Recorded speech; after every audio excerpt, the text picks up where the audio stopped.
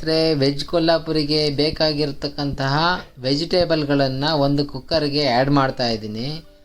ಆಲೂಗಡ್ಡೆ, ಕ್ಯಾರೆಟು, ಬಟಾಣಿ ಮತ್ತು ಬೀನ್ಸು, ಬೇರೆ ಬೇರೆ ವೆಜಿಟೇಬಲ್ಸ್ ಕೂಡ ಆ್ಯಡ್ ಮಾಡ್ಕೋಬೋದು. ನಾನಿಲ್ಲಿಷ್ಟು ತೊಗೊಂಡಿದ್ದೀನಿ. ಇದನ್ನೆಲ್ಲ ಫಸ್ಟು ನಾವು ವಿಷಲ್ ಮಾಡಿಸ್ಕೋಬೇಕು. 2ರಿಂದ 3 ವಿಷಲ್ ಹಾಕಿಸ್ಕೋಬೇಕು. ಅದಕ್ಕೊಂದು ಸ್ವಲ್ಪ ಸಾಲ್ಟು, ಆಮೇಲೆ ಒಂದು ಸ್ವಲ್ಪ ಅರಿಶಿಣ, ಇಷ್ಟು ಫಸ್ಟ್ ನಾವು ಹಾಕ್ಕೊಂಡು ವಿಷಲ್ ಹಾಕೋಕ್ಕೆ ಸೈಡಿಗೆ ಇಟ್ಬಿಟ್ಟು ನೆಕ್ಸ್ಟ್ ನಾವು ಒಗ್ಗರಣೆಯನ್ನು ಸ್ಟಾರ್ಟ್ ಮಾಡಬೇಕಾಗುತ್ತೆ. ಅದು ಮೇಯ್ನ್ ಮಸಾಲ. ಓಕೆ,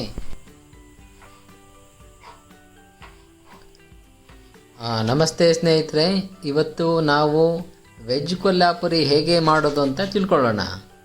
ಓಕೆ, ಇದು ರೊಟ್ಟಿ ಜೊತೆಗೆ ಮತ್ತು ಬಟರ್ ನಾನು ಇಲ್ಲ ತಂದೂರಿ ರೋಟಿ ಇದ್ರ ಜೊತೆ ತುಂಬ ಚೆನ್ನಾಗಿರುತ್ತೆ ವೆಜ್ ಕೊಲ್ಹಾಪುರಿ. ಮತ್ತು ವೆಜಿಟೇಬಲ್ಗಳಿಂದ ತುಂಬಿರುತ್ತೆ.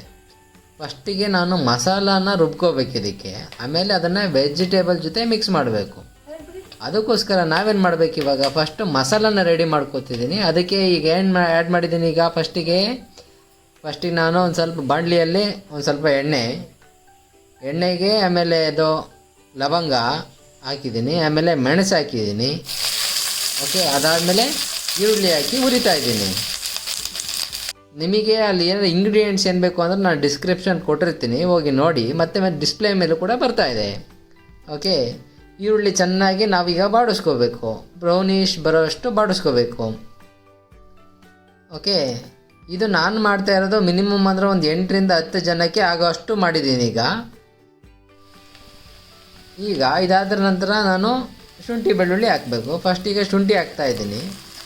ಈಗ ನಾವು ಇದನ್ನು ಡೈರೆಕ್ಟಾಗಿ ಹಾಗೆ ಹಾಕೋಬೋದು, ಏಕೆ ಅಂತಂದರೆ ಅದು ಪೇಸ್ಟ್ ಮಾಡೋ ಅಗತ್ಯತೆ ಇಲ್ಲ. ಏಕೆ ಅಂದರೆ ಮಸಾಲ ನಾನು ರುಬ್ತೀನಿ, ಕೊನೆಗೆ ರುಬ್ಬಬೇಕು ಅಲ್ವಾ. ಹಾಗಾಗಿ ನಾವು ಇದನ್ನು ಹಾಗೆ ನಾವು ಡೈರೆಕ್ಟಾಗಿ ಎಣ್ಣೆಯಲ್ಲಿ ರೋಸ್ಟ್ ಮಾಡ್ಬೋದು. ಬೆಳ್ಳುಳ್ಳಿ ಕೂಡ ಹಾಕಿದ್ದೀನಿ, ಶುಂಠಿ ಬೆಳ್ಳುಳ್ಳಿ ಪೇಸ್ಟ್ ಆಯಿತು. ಮತ್ತು ಮಸಾಲ ಹಾಕಿದ್ದೀವಿ, ಈರುಳ್ಳಿ ಹಾಕಿದ್ದೀವಿ. ಇನ್ನು ನನಗೆ ಒಂದು ಸ್ವಲ್ಪ ಉಳಿಬೇಕಲ್ವಾ, ಉಳಿಬೇಕು ಅಂತಂದರೆ ನೆಕ್ಸ್ಟು ಟೊಮೊಟೊ ಆ್ಯಡ್ ಮಾಡ್ತಿದ್ದೀನಿ ಅಲ್ವಾ. ಈಗ ನೆಕ್ಸ್ಟ್ ಒಂದೇ ಒಂದು ಟೊಮೊಟೊ ಹಾಕಿದ್ದೀನಿ, ತುಂಬ ಹುಳಿ ಆಗಿಬಿಡುತ್ತೆ. ಅದಕ್ಕೆ ನನಗೆ ಒಂದೇ ಒಂದು ಟೊಮೊಟೊ ಸಾಕು ಇವಾಗ ಅಂತ ಒಂದು ಟೊಮೊಟೊ ಹಾಕಿದ್ದೀನಿ. ಅದನ್ನು ಕೂಡ ಚೆನ್ನಾಗಿ ಆ ಸಿಪ್ಪೆ ಬಿಟ್ಕೊಳ್ಳೋ ಅಷ್ಟು ನಾವು ರೋಸ್ಟ್ ಮಾಡಬೇಕು. ಈಗ ರೋಸ್ಟ್ ಆಗಿದೆ. ಈಗ ಒಂದು ಪಾಪಿ ಸೀಡ್ಸ್ ಅಂತ ಹಾಕ್ತಾಯಿದ್ದೀನಿ ಇದಕ್ಕೆ. ಇದನ್ನು ಗಸಗಸೆ ಅಂತ ಕನ್ನಡದಲ್ಲಿ ಅಂತಾರೆ. ಓಕೆ, ಪಾಪಿ ಸೀಡ್ಸ್ ಅಂತ ಇಂಗ್ಲೀಷಲ್ಲಿ ಅಂತಾರೆ. ಇದು ಹಾಕಿದರೆ ನಮಗೇನಾಗುತ್ತೆ ಅಂತಂದರೆ ಇದು ನಮಗೆ ಥರ ರೋಸ್ಟೆಡ್ ಫ್ಲೇವರ್ ಕೊಡುತ್ತೆ. ಇದು ಇಡೀ ಮಸಾಲೆಗೆ ಅದೊಂಥರ ರೋಸ್ಟೆಡ್ ಫ್ಲೇವರ್ ಕೊಡುತ್ತೆ, ತುಂಬ ಚೆನ್ನಾಗಾಗುತ್ತೆ ರೋಸ್ಟೆಡ್ ಫ್ಲೇವರ್ ಬಂದಾಗ ಮಸಾಲೆಗೆ. ಓಕೆ, ಅದನ್ನು ಹಾಕಿ ಒಂದು ಸ್ವಲ್ಪ ಬಾಣಲಿ ಮೇಲೆ ಬಾಡಿಸಿದ್ದೀನಿ. ಅದೇ ಮಸಾಲನ ಎಲ್ಲ ಮಿಕ್ಸ್ ಮಾಡಿದ್ದೀನಿ. ತದನಂತರ ನಮಗೆ ಎಷ್ಟು ಬೇಕೋ ಅಷ್ಟು ಉಪ್ಪು. ಈಗ ಹಾಕ್ತಾಯಿರೋ ಉಪ್ಪು ನಾನು ಯಾವಾಗಲೂ ಅಡುಗೆ ಮಾಡುವಾಗ ಮಸಾಲೆಗೆ ಮಾತ್ರ ಉಪ್ಪು ಹಾಕಿರ್ತೀನಿ ಫಸ್ಟು. ಆಮೇಲೆ ನಾನು ನೀರು ಏನಾದರೂ ಆ್ಯಡ್ ಮಾಡಿದೆ ಆವಾಗ ಮತ್ತೊಂದು ಸಲ ಉಪ್ಪು ಹಾಕ್ಕೋತೀನಿ. ಈಗ ಹಾಕಿರೋದು ಬರೀ ಮಸಾಲೆಗೆ ಮಾತ್ರ ಉಪ್ಪು. ಓಕೆ, ಅದಾದಮೇಲೆ ಖಾರ ಪುಡಿ ಹಾಕಿದ್ದೀನಿ. ಇದಕ್ಕೆ ಹಸಿಮೆಣಸಿನ್ಕಾಯನ್ನು ಬಳಸೋದಿಲ್ಲ, ಹಾಗಾಗಿ ಖಾರ ಪುಡಿ ಇಲ್ಲಿ ಒಂದು 4ರಿಂದ 5 ಸ್ಪೂನು ಖಾರ ಪುಡಿ ಹಾಕಿದ್ದೀನಿ. ಓಕೆ, ಇದನ್ನು ಎಣ್ಣೆ ಮೇಲೆ ಹಾಕಬೇಕು. ನಾನು ಕಳೆದ ವಿಡಿಯೋಗಳಲ್ಲೂ ಕೂಡ ಮೆನ್ಷನ್ ಮಾಡಿದ್ದೀನಿ, ಎಣ್ಣೆ ಮೇಲೆ ನಾನು ಖಾರ ಪುಡಿ ಹಾಕೋದು ಯಾವಾಗಲೂ. ಡೈರೆಕ್ಟಾಗಿ ನೀರಿಗೆ ಹಾಕ್ಬಿಟ್ರೆ ಖಾರ ಬಂದುಬಿಡುತ್ತೆ. ಓಕೆ, ಅದನ್ನು ನಾನು ರುಬ್ಕೊಳ್ಳೋಕ್ಕೆ ಏನು ಹಾಕಿದ್ದೀನಿ, ಒಂದು ಜಾರಿಗೆ ಮಿಕ್ಸ್ ಮಾಡಿದ್ದೀನಿ. ಅದಾದಮೇಲೆ ನಾನು ತೆಂಗಿನಕಾಯಿ ಹಾಕಿದ್ದೀನಿ, ಒಂದು ಅರ್ಧ ಕಪ್ಪು ತೆಂಗಿನಕಾಯಿ. ಇದೇನಿದು ಯೆಲ್ಲೋ ಕಲರ್ ಇದೆ ನೀರು ಅಂತ ಯೋಚನೆ ಮಾಡಬೇಡಿ, ಅದು ಯೆಲ್ಲೋ ಕಲರ್ ಬಂದು ವೆಜಿಟೇಬಲ್ ಬೇಯಿಸಿರ್ತಕ್ಕಂತಹ ನೀರದು.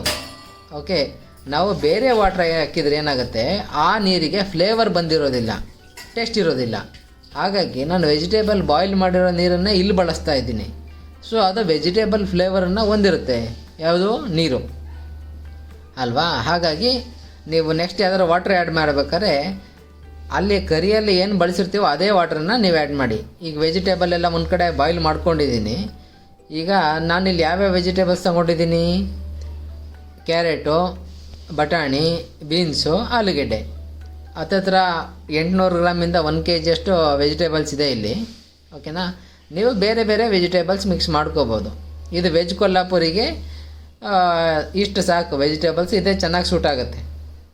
ಓಕೆ, ಈಗ ಮಸಾಲ ರೆಡಿಯಾಗಿದೆ, ನಮ್ಮದು ಮಸಾಲ ರೆಡಿಯಾಗಿದೆ. ಈಗ ಅದು ವೆಜಿಟೇಬಲ್ಸ್ ಕೂಡ ಬಾಯ್ಲ್ ಆಗಿದೆ, ಮುಂಚೆನೇ ಕುಕ್ಕರಲ್ಲಿ ಬೇಯಿಸ್ಕೊಂಡಿದ್ದು. ಈಗ ಉಳಿದಿರೋದು ನಮ್ಮದೇನು ಕೊತ್ತಂಬರಿ ಲಾಸ್ಟಿಗೆ.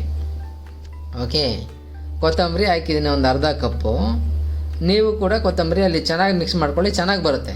ಜಾಸ್ತಿ ಹಾಕೋದು ಬೇಡ, ಯಾಕೆಂದರೆ ಇದು ಮಸಾಲಾನ ಫ್ಲೇವರ್ ಕೊಡುತ್ತೆ ಜಾಸ್ತಿ. ಈ ಕರಿ ವೆಜ್ ಕೊಲ್ಹಾಪುರಿ ಮಸಾಲಾಗೆ ಚಂದ. ಓಕೆ, ಅದಾದಮೇಲೆ ಈಗ ಉಪ್ಪು ಹಾಕ್ತಾ ಇದ್ದೀನಲ್ಲ, ಇದು ಬಂದು ನಾನು ಕರಿಗೆ ಹಾಕ್ತಾಯಿರೋ ಉಪ್ಪು. ಓಕೆ, ಫಸ್ಟಿಗೆ ನಾನು ಮಸಾಲೆಗೆ ಮಿಕ್ಸ್ ಹಾಕಿದ್ದೆ, ಅದಕ್ಕೆ ಮಸಾಲೆಗೆ ಚೆನ್ನಾಗಿ ಉಪ್ಪು ಹಿಡ್ದಿರುತ್ತೆ.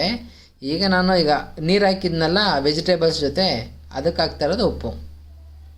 ಓಕೆ, ಇದರಲ್ಲಿ ಆಲೂಗೆಡ್ಡೆ ಉಪ್ಪನ್ನು ಅಬ್ಸರ್ವ್ ಮಾಡ್ಕೊಳತ್ತೆ ಜಾಸ್ತಿ ಯೂಶ್ವಲಿ. ಹಾಗಾಗಿ ಏನು ಮಾಡಬೇಕು, ನೀವು ಉಪ್ಪು ನೋಡಿ ಹಾಕ್ಕೋಬೇಕು ಇದಕ್ಕೆ. ಓಕೆ, ನೋಡಿ ಎಷ್ಟು ಚೆನ್ನಾಗಾಗಿದೆ ಇದೆ ತರಕಾರಿಗೆಲ್ಲ ಎಷ್ಟು ಮಸಾಲ ಹಿಡ್ದಿದೆ. ನೀವು ಬೇರೆ ನೀರು ಹಾಕಿದರೆ ಆ ನೀರಿಗೆ ಫ್ಲೇವರ್ ಇರೋದಿಲ್ಲ, ಹಾಗಾಗಿ ಅದು ಚೆನ್ನಾಗಿ ಆಗೋದಿಲ್ಲ. ಓಕೆ, ನೀವು ತರಕಾರಿ ಬೇಯಿಸಿದ ನೀರನ್ನೇ ಬಳಸಬೇಕು. ಎಷ್ಟು ಚೆನ್ನಾಗಿರುತ್ತೆ ರೊಟ್ಟಿ ಜೊತೆ. ರೊಟ್ಟಿ, ಖಡಕ್ ರೊಟ್ಟಿ. ಈಗ ನಾನಿಲ್ಲಿ ಖಡಕ್ ರೊಟ್ಟಿ ಯೂಸ್ ಮಾಡಿದ್ದೀನಿ, ಹಾಗಾಗಿ ತುಂಬ ಚೆನ್ನಾಗಾಗುತ್ತೆ. ನೀವು ಕೂಡ ಟ್ರೈ ಮಾಡಿ ನೋಡಿ. Okay, thank you.